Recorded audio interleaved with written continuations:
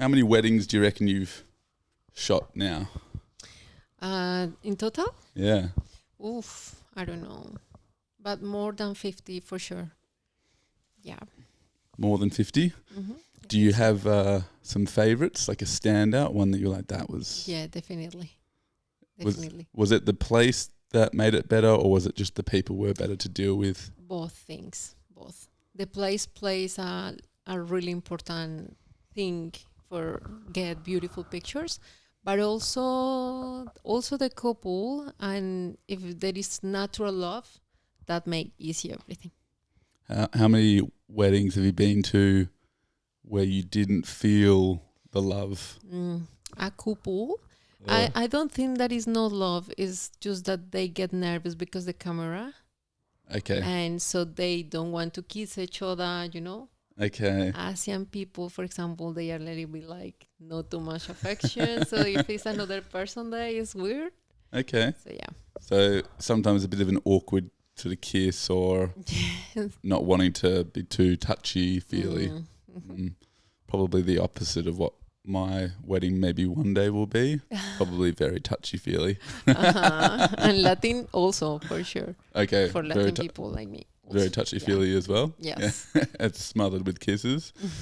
So then, do you already know how you want your wedding to look from like a photography standpoint? Like, have you thought about how you'd want your photograph? Yeah, how you want your photographs to be? I was married. Hey. Oh, sorry. I was about to say yay, but then I looked down, no ring. So yeah. Yay, nay, sorry. I was married before, and I come to Australia with him at the beginning. And then he left, and then I left, and then I come back, yeah. We don't have to get into it, but so how long ago was this? That was actually now it will be 7 years ago that I married, and he left 2.5 years ago. Okay. Australia, yeah. So he left Australia 2.5 years ago. Yeah. So what prompted you guys to originally move over here? In fact, maybe even just a bit of a background. So whereabouts are you from? You're saying Latina, so... Yeah, I'm from Colombia. Colombia? From Colombia, yeah. And what bring us here was he wanted to do a master, and he found the master that he wanted in Perth. It was like Canada or Perth, but the cold in Canada is like not an option for me, so we chose Perth just because the weather. Yep. And then, he found the master was about science analytics at Curtin University. So that was the reason at the beginning, yeah. Did you originally, were you coming over, like, did you really want to also come, or were you doing it really just for your partner? I did for him, but I found it like an adventure for me. Yeah. So it was a bit of a win-win. Yeah, support him and also try something new, learn a new language. I didn't have English at all when I arrived. Zero English. Still, like just the English that you learn at school. So nothing. So you're back in Colombia at home. Friends and family are all there. Yeah. Is that quite a hard thing to do because you don't know when you're going to be back? Yes, but the good thing is that I'm a really lucky girl because I has been going almost every year. So from my arrival, 5 years ago, I has been in Colombia 4 times now. But I know there is people that cannot it's 5 years and they has been no return once. Yeah. I just spoke with Sam, now a common friend who I don't think has been back for 6 years or something. Yeah, he said something like that. So. And there is people that doesn't want to come back. It's not like a feeling because fortunately the country is not in the best season, Sure. What if you were to try and give me an overview of what it's like to live in Colombia? What would I expect, or what kind of lifestyle would I live being there? Well, if you go as a tourist, Colombia is amazing. Okay. It's one of the best places to visit. It's beautiful. The landscapes are amazing. It's a tropical country. Every part has its own weather. And you find everything, even snow in the country. And there is places like Bali too. And yeah, there is a little bit of everything. And the people is very welcoming. Like the people take you as part of them. And that's something special. And also the food is not as that popular as Mexican food, but Colombian food is good. So I love that.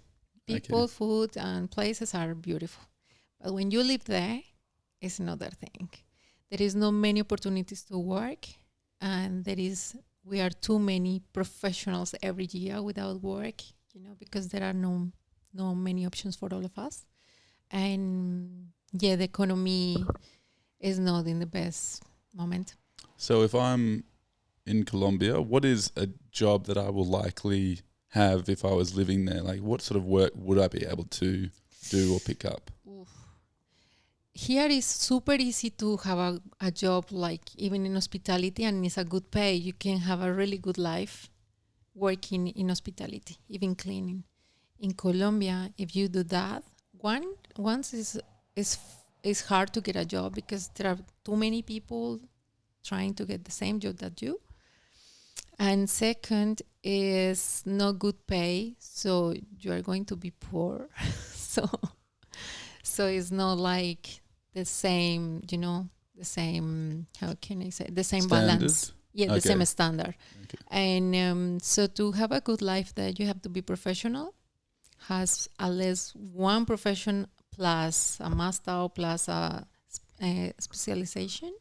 Mm-hmm. We call like that, a postgraduate. Yep. And yeah, you have to have more study to be different of the competition, to be out of the competition and get a good job and good pay. So what was did you have a master plan for whilst you were living there before you came to Australia? What were you trying to do or figure out? I did have good jobs and I did have a really good professional career there. When I was 24, I finished my uni. I'm a journalist and I'm a social communicator. And I finished uni, but because I worked during my studies, when I finish, I already have the experience because I was working already, so I have a good job and all that. But it's because I start working before, So when I finish uni, I already have experience and all that, and my cure was really good. Yeah. Cool. So what got you into journalism? Okay, I didn't apply journalism exactly, but social communication, yes. Right. I work for a university. I was, we call it, it's like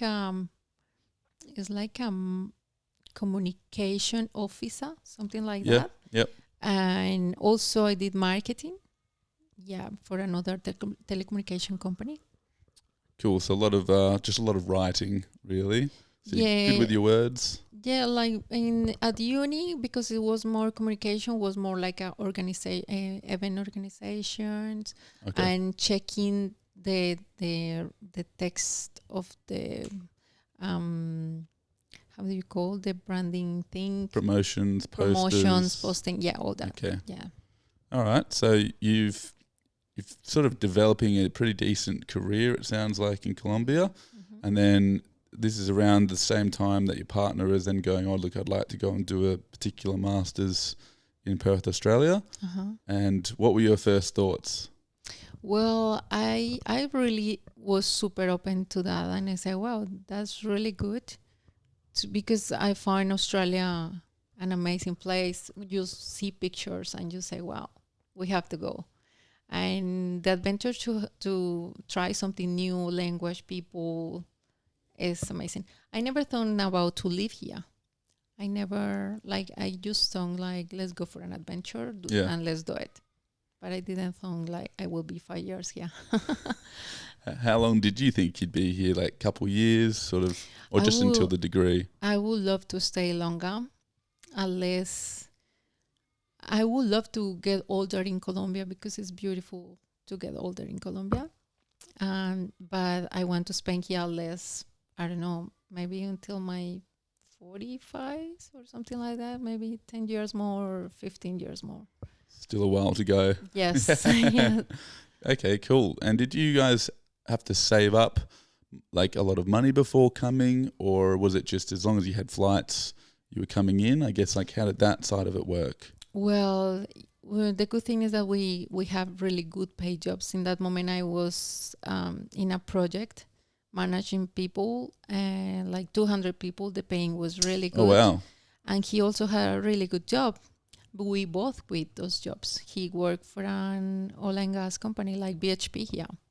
So, but we decide go for the adventure. Yeah, okay, very cool. So then you come into Perth. Were you guys already married at this point? Or Yeah, we were married. okay. Yeah.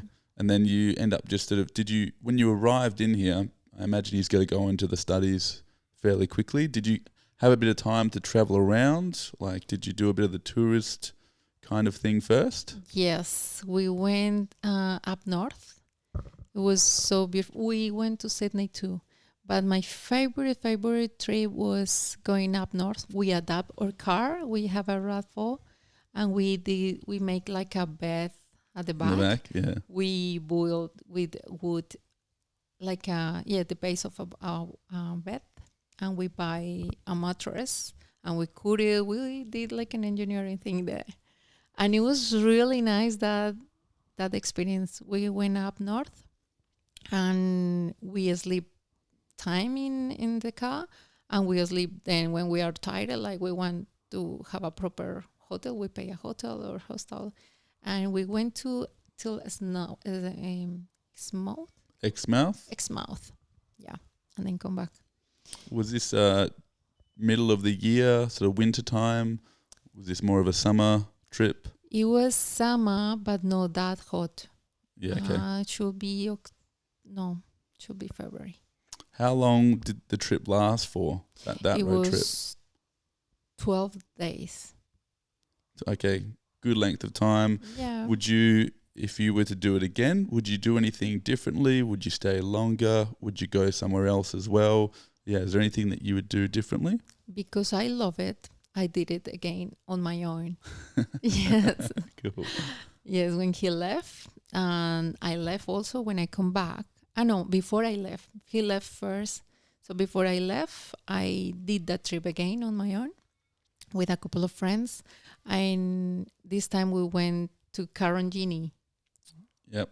And it was really great. Like, were nights sleeping under the stars. Amazing landscape. It was really, really, really great. And now I think I'm done with the north. I want to explore more the south. Yeah. So you've done, is it just the 2 trips you've gone up through north? Yeah. Okay. Have you done anything down south yet? Yeah, till August. Oh, Augusta? Yeah, Augusta. Margaret River, so beautiful. Mm. We also stay in a really special place with a bath on the garden when you can have like a hot bath, watching the stars, having a wine. You know, it was really nice too. And when you wake up in the morning, kangaroos around the whole house. So warm coffee out the front. Mm-hmm. Yeah, all the good things. Down south, you do get this nice mist that can appear in the early mornings, the dew as well, which is like the cold, so just a little bit of wet on all the grass and all the plants, and it's got that real nice. Mm-hmm. Oh, need to go down south again soon. So you did do a trip as well back in Sydney. So was that at the beginning when you guys first arrived? That was at the beginning, yeah. And what did you sort of do around there? Was it just a very quick, mostly city-based exploration? It was very quick. It was very quick. I can feel that Sydney is a business city, like the city that I come from, Bogota. So I did like it, but I think I prefer Perth over Sydney. But we visit the Blue Mountains. Yeah. So beautiful, very special. And the Opera House, we visited some places. Yeah. Was that for just like a week, or was it a couple of weeks? It was there? like 3 days, really. Oh, so very, very quick. Very, very quick. In, out. Yeah. Then fly over, or did you do any big driving around the country? No, just fly to Perth after that. So what was it like? Like, transport me back to, you've arrived in Australia. You don't really speak any English. Does your partner speak any English at the time? Oof, really bad. Really bad? Yes. Okay. And then did you have any friends that you knew over here? Yeah, we found a friend that grew with him. Like, they studied together when they were kids here. But that was a casualty. and it was great. So we stay in her house at the beginning. So she teaches us how to take a bus, how to buy a ticket, like the basic things. She went with us to do the first grocery shopping, so all the basic things. So what was different about, like the shopping experience? What was she helping you with in that experience? What's different from what you would be doing back at home? Well, everything is different. Even the products, find everything in a different language. Trying to, some products you recognize, other not. Like, yeah, but she basically, what she did was great, because she give us, like, she's from Colombia too, so she give us the best advice of what to buy, what not buy. It was great. Yeah. So she gave you a little bit of a head start Yeah. for a few things, and a place to stay for a little bit, did you say? Yes. As well? Mm-hmm. Very, very handy, Yeah, having very some of handy. those Yeah. connections. Yeah. How did you guys reach out to her before you flew over, or was it like a random social media post? To be honest, we found her at, like, almost when we, like, I think 1 week before we travel. We were going to stay in a hotel, and then she appeared in an Airbnb, and then we see that she was here in Perth. It was a really surprise, because you never ever hear about Perth in your life. Like, when you are in another country, Perth, what is Perth? Where is it? It is hard to, like, to locate it. What is it? Yeah. And then you find that it's a person that studied with you when you were a child there. So that was great. It was great. Very good having that little connection. Yeah. And then how did you try and, so you've got this one point of contact, which I think very, very helpful to have when you're moving into a new place, someone that knows your language, knows your background, and can sort of help figure out all the issues that they ran into. And that's obviously a really big leg up. How long did it take for you to feel, I guess, comfortable just living in Perth, moving around, engaging? Like, did it take a while, or? No, really. I think it's really good to find that connection. That connection make the experience another one. Because there was different things, but she teach us how to do it. Even manage different cultures, the Aboriginal people, how to trade them, how to, like, the behavior. And yeah, she teaches a lot of things, like, and that make that you feel familiar very quickly. After that, we live in Norbridge, so the city, and that make you also like to, the environment make you go into it very quick too. Yep. So yeah. And for you, how did the English start to develop? Were you doing lessons straight away? How did you sort of approach trying to pick up the language? Okay, I did 1 month lessons, so nothing. But I quickly started working, and I got a job in Rottnest Island. Very nice. Yeah, in hospitality in the hotel. And for me, it was like, wow, it was like a dream thing, a dream job. Like, not cleaning, because I never cleaned in my life. I never thought that I will do that, like. But I'm glad I did, and my English was zero there. I don't know how they give me the interview, because I didn't understand anything at all. When they gave me an induction, and I just recognized that they were talking about a spider when they show me the picture, and about a snake when they show me the snake, and things like that, because I really don't understand anything. And you just smiling and nodding, just yes, and I say yes. Yes. Yeah. And yeah, well, and then you develop the English in the real life very quick.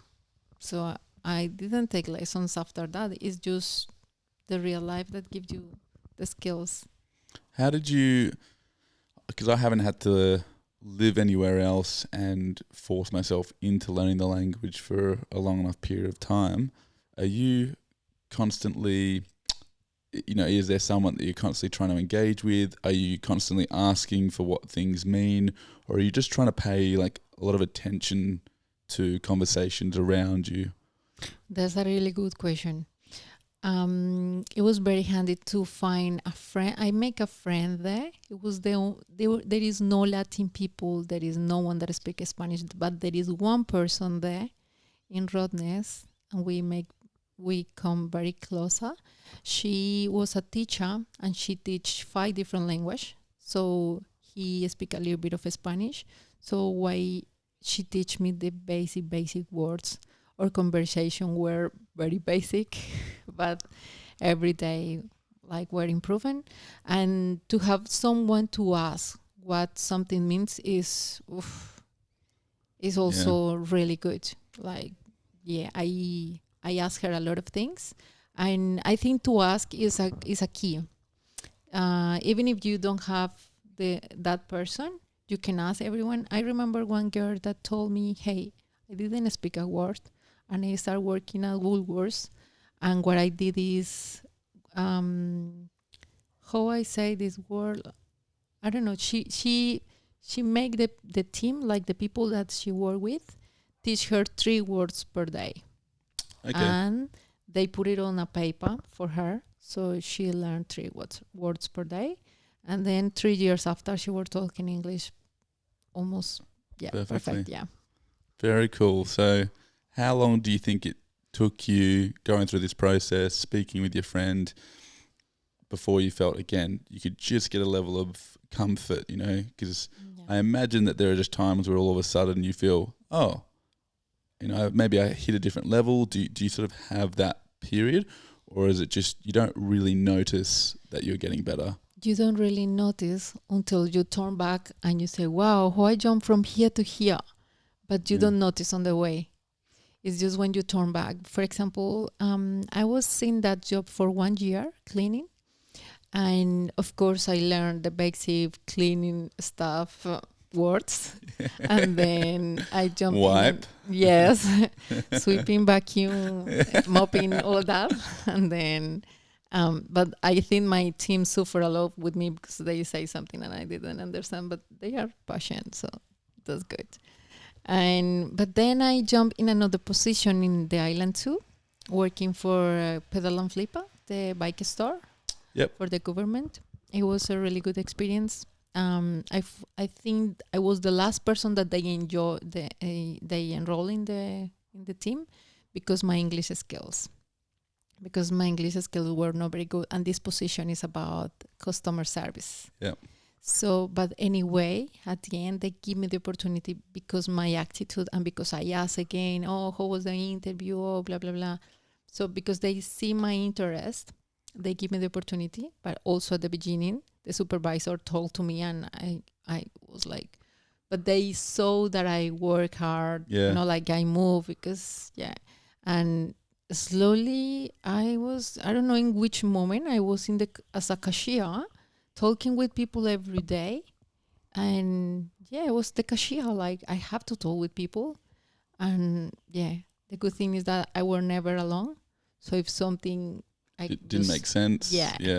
But I found that thanks God for that opportunity, thanks the people in Australia and all that, because I didn't have those skills. And then when I finished that job, that was 2 years more in that job, and then I left and I come back, and when I come back I start in industrial company, and I did machine operator there. So I didn't need much English, but my English was better in that moment. But not for like an office job or something. But anyway, because I like the challenge, I gave my CV because I didn't want to be a machine operator. I wanted to jump in something that is closer to my career. So I gave my CV once to the manager, and then one day they need desperately someone to replace a person that was leaving for holidays in procurement. And then they told me, has you been in procurement? I say, no. Has you managed like some CRM? I say, yes, like SAP. And then they enroll me. They give me the opportunity. And then I don't know in which moment, but no more than 2 months, I was talking with suppliers every day by phone. For me, that was like something that I never imagined, because when you don't speak English, it's like, how are you gonna talk by phone? No, this is crazy. And I did it very quick. I get confidence very quick. Also, emails. You have to write properly. Right, yeah. So in my language, I'm very confident doing whatever office job and send emails and talk to people by phone, but in English is another thing. So it was a really good challenge. And having meetings, 5 months after, I was having meetings, doing negotiations about prices for big projects. So it was really great, the progression. Very cool. Yeah. Did you even for your emails, were you having to use like a translate tool a lot, or a chat GPT or anything to help with the writing? I would love to use ChatGPT, but I never did. I don't know why. I just found it that is really helpful. Like, I tried just a couple of months ago. It will make easier my life. Yep. I just find my emails at the beginning were really basic, really, really basic. And sometimes for some words, I use Google Translator. I think, to be honest, did you get quite a good response from people, even in customer service, not even having the best command of the language, but did you still get quite a good response from people? Because I'm imagining, if I came up to you for, to get a bike and I was having an issue, if you're not understanding every word, like it's probably going to be kind of fun doing that dance, being like, oh, I need, this or that. Yeah. And, so I feel like within customer service, you might be able to correct me, but did you get quite a good response from people when you were just still in that learning phase, or were you finding people getting frustrated with you? What was the sort of experience that you had from the person to person? Well, I'm grateful because people is very understanding, and when they hear you, they notice that your accent is not Australian accent. They notice that you're learning, and they give you a chance. So I feel comfortable to asking twice if I need it, or to ask what the person means. And if I really don't understand, because sometimes, for example, there is old people that English is not really, easy to understand, or really, really Aussie Australian English is, we can speak sometimes hard, very quickly and very poorly. Yeah, but I'm guilty of it. I now try and speak a little bit slower. In general. Thanks. You are welcome. So I only remember one really bad experience with a girl, and I found it a little bit of racist. Like, I know that I have an accent, but she understand what I say, because it was more people in the line, and the people in the line understand me. And when she left, very annoyed because she act like she didn't understand me a word. The people on the line say, we understand what you say. It's just that she doesn't support your accent. And I say, okay, thank you. But that day it made me cry for first time, like, doing that job. It was really frustrating because, I feel bad, and the person, I feel like a rejection from her, and another person has to help her. So I couldn't keep going with her. And when by phone that I have to pass to my supervisor because the old person needs help and I couldn't understand the OC. That's all. The rest of the experience were really good. People are very friendly. Yeah. I mean, even looking at that experience, I don't want to say like, do you regret that? But why do you think that affected you so much? That experience? I think it's hard to be away, and those specific experiences make you remember that you are not from here. That you are not part of, Damn, that was nice. That was a good line. Yeah, it's a little bit shit. Sounds like for the most part not doing too bad with the experience of the people, but I suppose some of those are unavoidable no matter where you go, which is a little bit annoying. How did you actually get the jobs? So the one at Rottnest and the one that you did eventually with the heavy machinery, but then moving into more of a white collar or sort of managerial role. How did you actually go about finding those? How did you apply? And do you have any, I guess, tips for your resume or things that you found were really helpful to help get you in there? Well, at the beginning, I remember that I asked for a couple of resume examples. They are really easy to do. They are really basic. Australia, I like the way from Australia because it's like we want it clear, short, and tell me what I need to know. So that's the thing that you need to put in your resume, what you are good for, and that's it. Yeah, and you have just to edit it depending of the job, and yeah, that's it. The first job that I found was because someone put like an advice in a Facebook group that say, hey, program in Rottnest need people that are allowed to work full time. Any person that is ready, send a CV to this email. And I sent it. In that moment, Australia need a lot of people, so it was easy. They take me even when I don't speak English. So, but yeah, I was there for 1 year, so I think I did a good job. Very nice. And then, so all through this time, your partner was studying, is that right? Yeah, okay. He was studying. And then you move out of what made you just sort of swap out of the Rottnest role where you were now sort of helping with the bikes, customer service? You've been there for 2 years, I think you said, or on Rottnest maybe for 2 years working? 3 years in total in Rottnest, yeah. Okay, 1 so and 2. A good length of time. For anyone that doesn't know, Rottnest is our little island of paradise, more famously known for the quokkas. Yeah. Did you get tired of the island? What prompted the change? No, at all. I think Rottnest were magic for me. That's like, you as I said at the beginning, you in Colombia, you never think that you are going to do jobs like cleaning or those stuff. But what made me feel that it was an adventure all the time was taking the ferry every day, see the sea, see the water, arrive an amazing paradise, then the little quokkas around, and and passion fruit ice cream at the middle of the day for after lunch. Okay. That was my motivation, and yeah, I never got tired. I got tired of the job. Like one day I said I don't want to clean more. And then I moved to find a new option. And one day I was in the island as a guest. So we stayed one night at Rottnest. So I was very good dressed. And I went before I left, I went directly to the bike store. And I asked for the manager.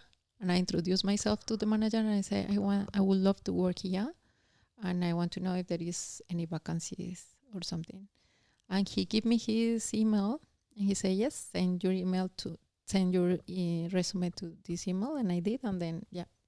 So you stayed a night at the hotel, got all glammed up, looking all very nice, and then you were like, I'm going to strut down, see the manager, I would like a job here. That's a good way to do it. That's a good way to impress, I guess, maybe the potential employer.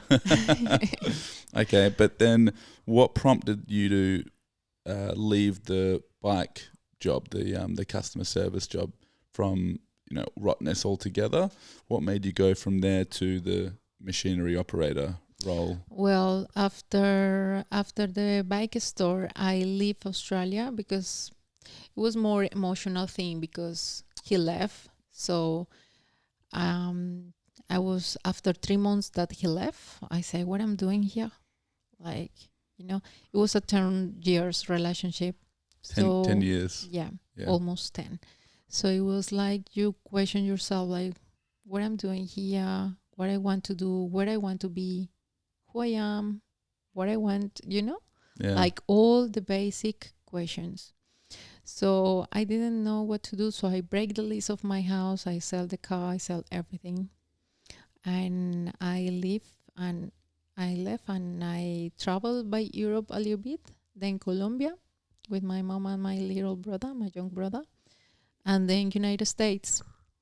And from United States, I I bought a ticket to Perth. And when I come back, 5 months after, I say, okay, this is my place. I feel peace here. Colombia was not my place anymore. I don't find my home anymore there. You know, Wow. it was Okay. weird. What But was because you spend 3 years of your life here, it's like it's not easy to find your home like you left when you leave. You know, like it's weird. what was different about Colombia when you had returned? I think two things. Well, everything changed with the time. Friends change, change, and also I was married and with a long relationship.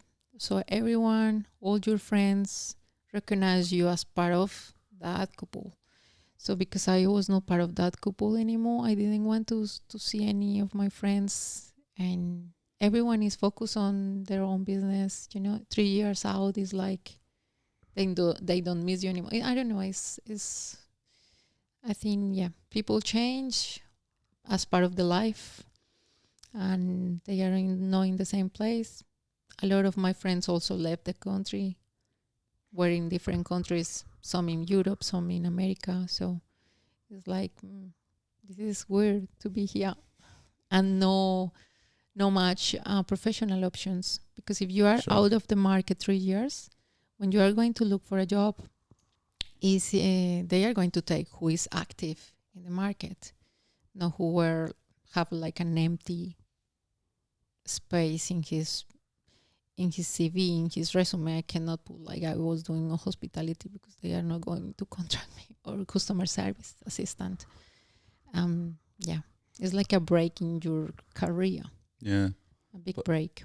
And it seems like, you would return home, everyone around you would sort of imagine you from like the past, very difficult for you to live in the present, and if you're not seeing a future there, I can imagine that it's a bit of a, Weird. that's a very weird feeling for your home to have sort of turned around and not feel quite as homely as it once had. So like, we don't need to go into the actual breakup itself, but I do find a lot of people that I've spoken with, travel can sometimes come after some trauma, or certainly just needing a shift away from current circumstances. Mm-hmm. Did you find that you said you were in Perth for about 3 months and doing the whole questioning of life and what is everything, who am I, what should I be doing, why am I here? How did travel, or like moving around, I guess, like help you process what you were going through? Why did you opt to travel to Europe and then through Colombia and then through America? Like, do you sort of have a sense of why you did that, or you just intuitively did it? I think it was something natural. I don't know. I didn't think much. I just did it. Like, I didn't find a reason to be here without him. Like the idea was him, and my family was away, and I said, I'm gonna travel some places that I don't know in Europe, and then arrive to Colombia, and then let's see. But I thought that I will never come back to Perth. I give away my clothes, I give away my plants, I give away like many things. Not the plants. The plants, yes. So my friends' houses are filled with your plants. Yes. And they are super big. Like, okay, it's fine. They found who take care of them. And if you could, would you have them back? Yes, I would love to, but I can't do that. I know. Don't worry, she's not going to steal the plants back. And well, I think a good thing is to receive the support of your friends community. I think that's the most important thing. It's good to have time alone when you are processing things, but it's good to have people that you can be you, like open and say, hey, I don't feel good. I'm going through this. And that's not easy to find, but I'm glad that I have that people. And I was super grateful that I can say I want to see you, but I don't want to talk about this. Mm-hmm. And they respect that, and I could enjoy their presence and their friendship, even when I cannot talk about something, you know. And they wait, and then in one moment to other, I talk when I feel ready. And yeah, I think just the support of people is very important, and the Latin community here is good. So yeah. And so for anyone that may be going through something like this, or who has a friend that may be going through it, so you're saying it can be sometimes helpful really not to do anything but just be in each other's company. Is there anything else, I guess, during that period that you feel would have really helped, or something else that your friends did that you felt really provided that support that you needed at that time? Yeah, I think because they know that I was alone now, that I was not feeling good, and maybe putting on my shoes, empathy, that's the word. Um, they invite me to his house. They, for example, I have a couple, and yeah, I think when I talk about support, I think first about them. They are a family. They are four, and during COVID, we have to share a house with them because in that moment that we were looking for a house, we say no to keep going with the apartment that we have, and we were going to applying for houses. I We lose the opportunity to be in the apartment because they already rented, and we lose the jobs because shut down from one moment to other. So they opened their house for us, and we stayed in his house for 1 month, living Wow. all together like a family, and we didn't meet before. Oh, wow. It was a friend of a friend that say, "Hey, they lose their house. Can you?" And it was really That's special, very isn't it? sweet. Yeah. That's And now they are friends forever. yeah, that's definitely lifelong. Yeah. Yeah. So that was, because was that during the scary time that month? That Yes. was the like, Yeah. oh The most scary month. yeah. Yeah. Okay. And then so since then you had this little community. This was previous to the breakup.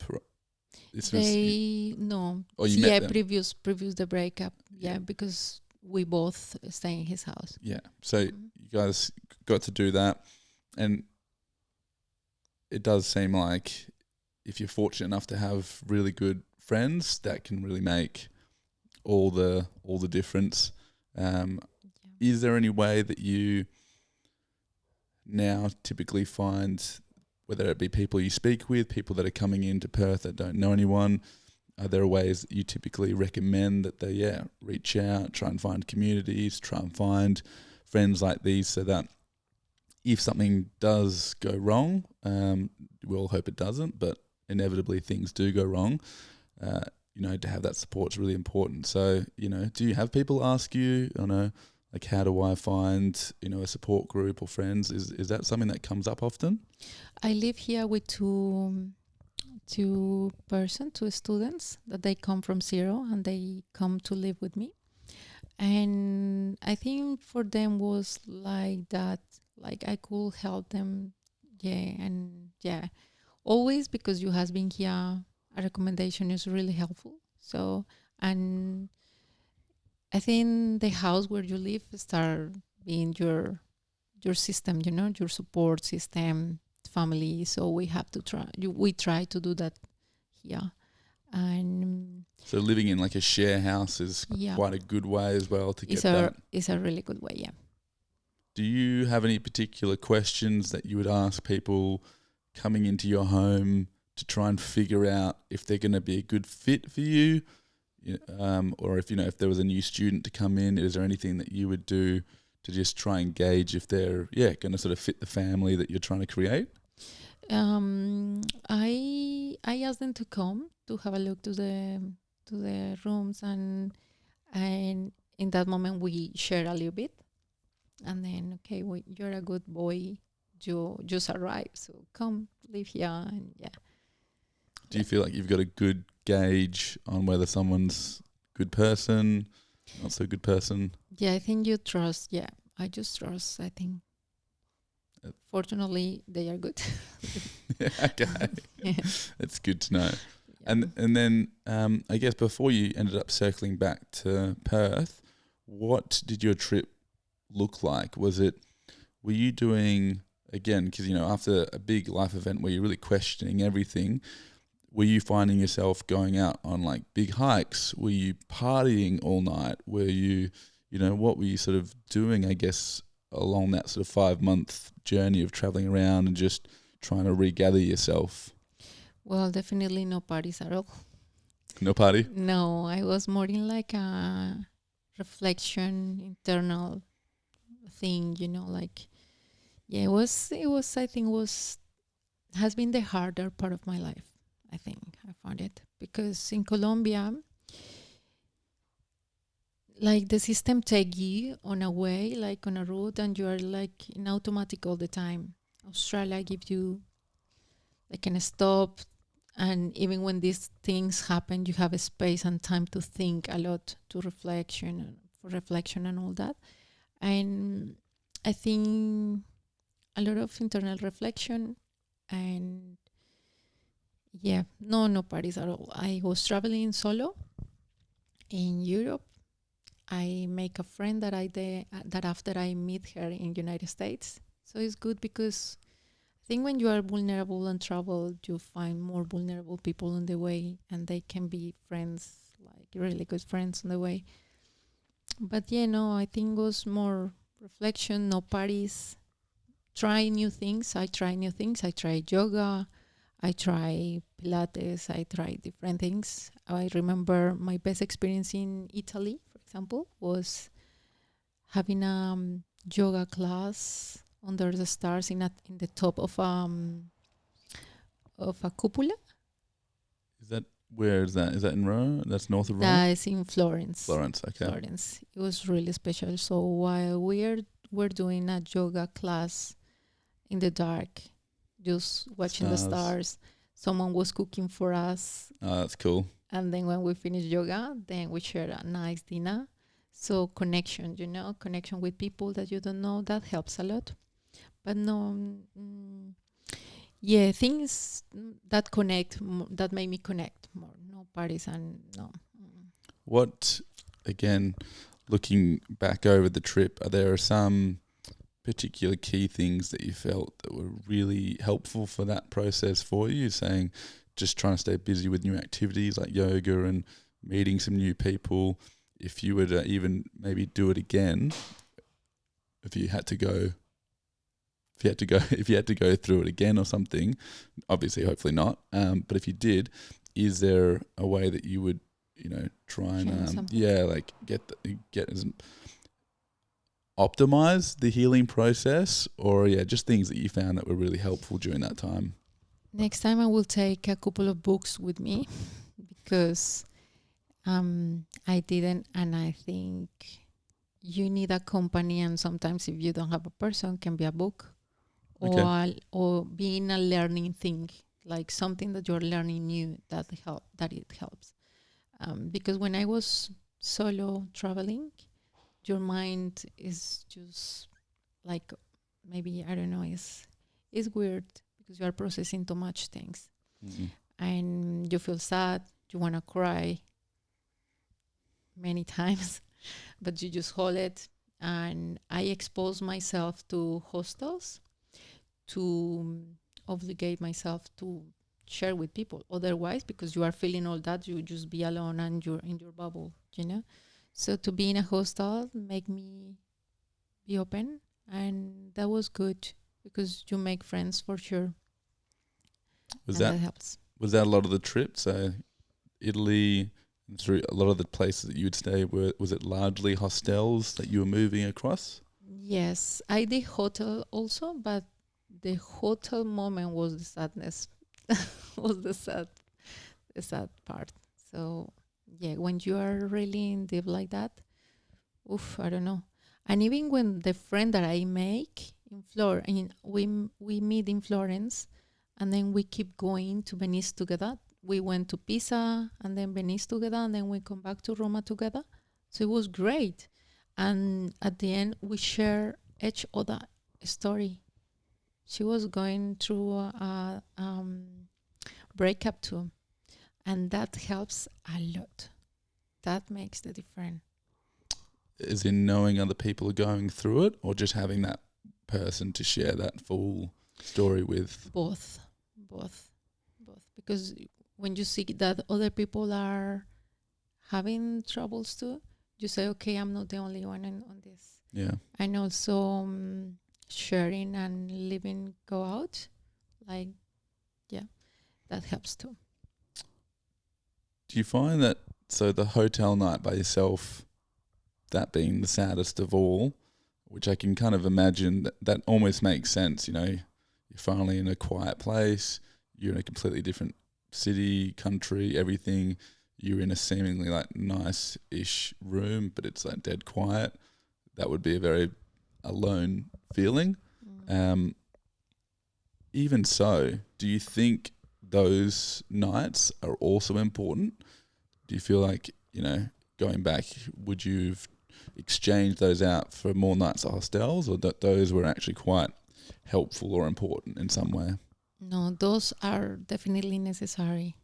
Yeah, it's just that is the dark part. Okay. So you always wish to remove them from the story, you know, like, but at the end, you have to go through that. You cannot escape. So I think it's a balance of both. Not be completely alone all the time, and have quiet time also for going through the things that you need. Cry if you need, like be angry if you need, and let the feelings go out. Do you remember, was there a particular moment in time or anything that sort of caused you to start to regain your mojo, where you really felt, you know, that's it, I'm really starting to come into my own, you know, Catalina 2.0, Carolina, feeling strong, and, you know, like my power back, you mean? What would you say there? That I get my power back? Yeah. Mm,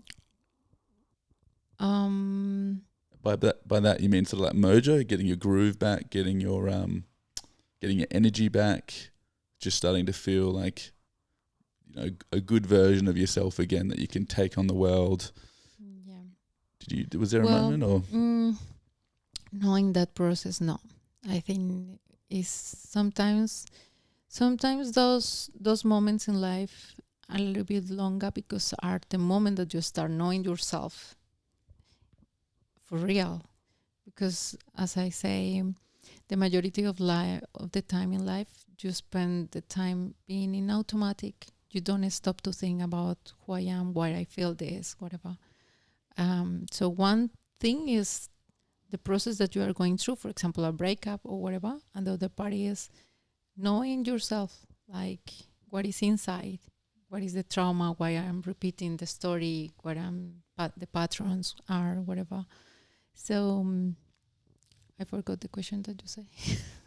It was just, it was around that of, you know, when did you start to feel good the power about back. Yeah. I don't think I have my power back yet, like before, like the Carolina that I remember in Colombia years ago when we're single, like feel in plenitude, like apparently happy, the best job in their life, like perfect life. But I don't want to come back to that Carolina with that power, because I didn't know myself in that moment, and I didn't know how to be vulnerable. I didn't know how to ask for help. I was like, just, yeah, I don't know. Now I know those things. I'm knowing myself. I know how to be vulnerable now. I let my feelings be.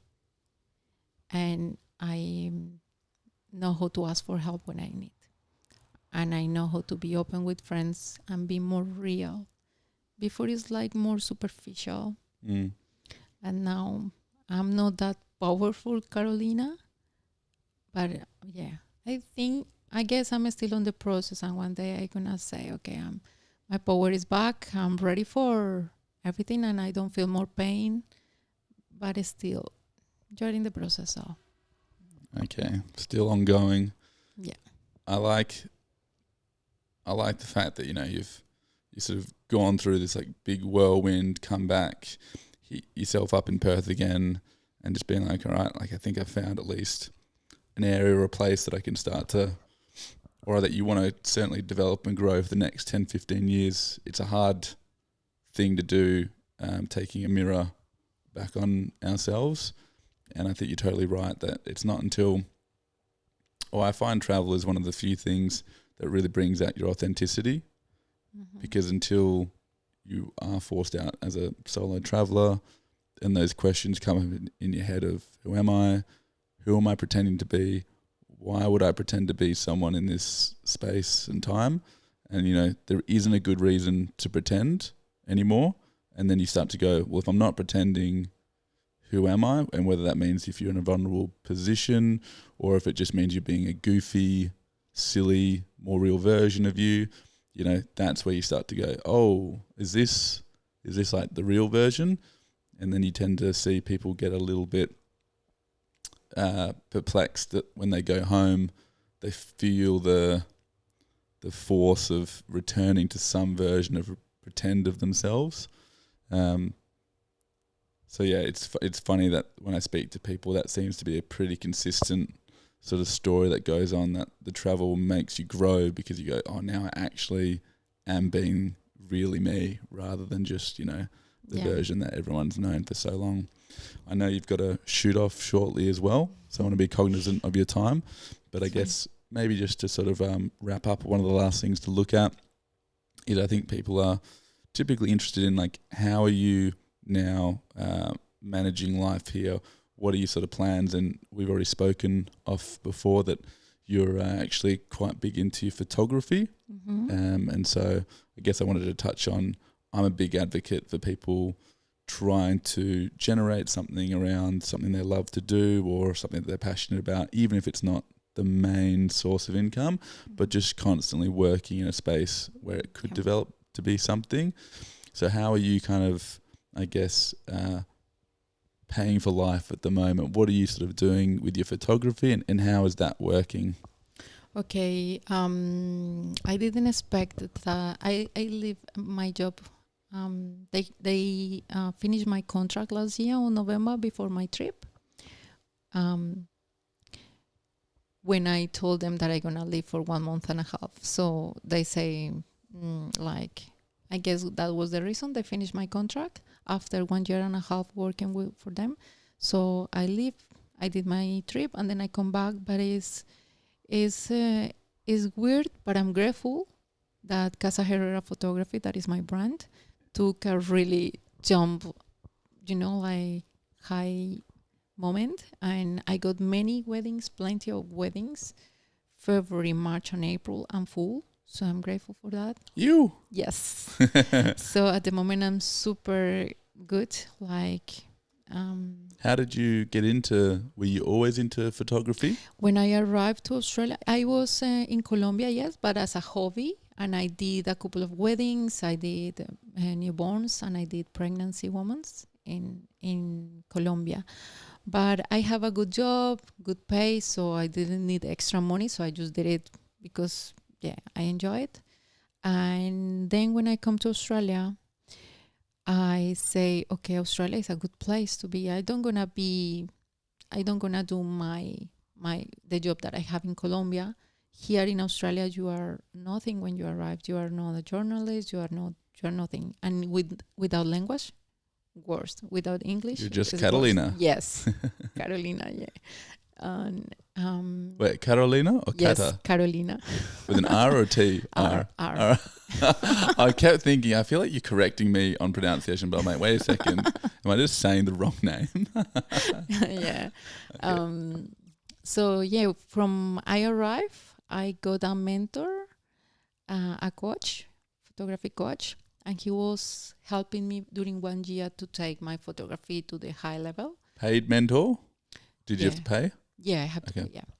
And I was working with him for 1 year. So he took me from my middle level to high level photography. And yeah, 1 year after I was doing really great, I did a portfolio and I started doing my brand. The thing is that Casa Herrera got a really good point in the market, but then because I left in the best moment because my emotional thing. When I come back, I have to start from zero again because I say a lot of no's to photography. So people think that I will not come back. Even me, I was thinking that I will not come back. So once I come back, I start like going into again. And now Casa Herrera is going well. The thing is that winter is not that good, but as you can see, I'm trying to organize some in my house, a studio for babies, newborn babies. That's what that's for. Yes. For everyone can't see it, but there's like a wooden pallet sort of backboard thing. It's And very baskets, nice looking. Yeah, okay. And then that makes more sense now as well. Okay. I thought it might be for some. I didn't realize it makes sense for babies for the size. I was like, how are you going to get photo shoots there? But I thought maybe products. Anyway, babies and products works. Yeah. That's cool. So you've been doing. How long have you been? And what's the name again of the business? Brand? Casa. Yeah, Like house in Spanish. Casa Herrera Photography. Herrera is my last name. Cool. And if someone wants to try and get in touch with you at some point, what's the best way? Is it Instagram, Facebook, TikTok? Instagram is a good way. I'm always there, and my Instagram is casa.herrera with H. It's a little bit hard to spell it, but I'm sure if you put casa.h, I will be there at the beginning. I'll put it in the show notes, the description as well. So that's cool. You. Look, I know, as I said, that you've actually got to shoot off, otherwise would have stuck around for a little while longer. Is there anything that you'd like to, I guess, leave our listeners with, a final message? I do like stealing the Tim Ferriss classic, who is a famous podcaster, if you don't know, but he asked one of the questions of, if you were to have a billboard, a metaphorical billboard that you could get a single message out to millions of people, what would something like that potentially be for you? I think will be everything pass, one day everything pass, even if it's the darkest point of your life, that is gonna be in the past after. So it's hard sometimes to be in that moment, but for sure you are going to be a better person, you are going to grow, you are going to just be the best version after that, for sure. Thank you very much, Carolina. Thank you. Hopefully I'm saying that more correctly. Yes. Hopefully we can do this again sometime in the future. Sure. Best of luck, and hopefully that power's back, if not already. Thank you. Thanks, Carolina.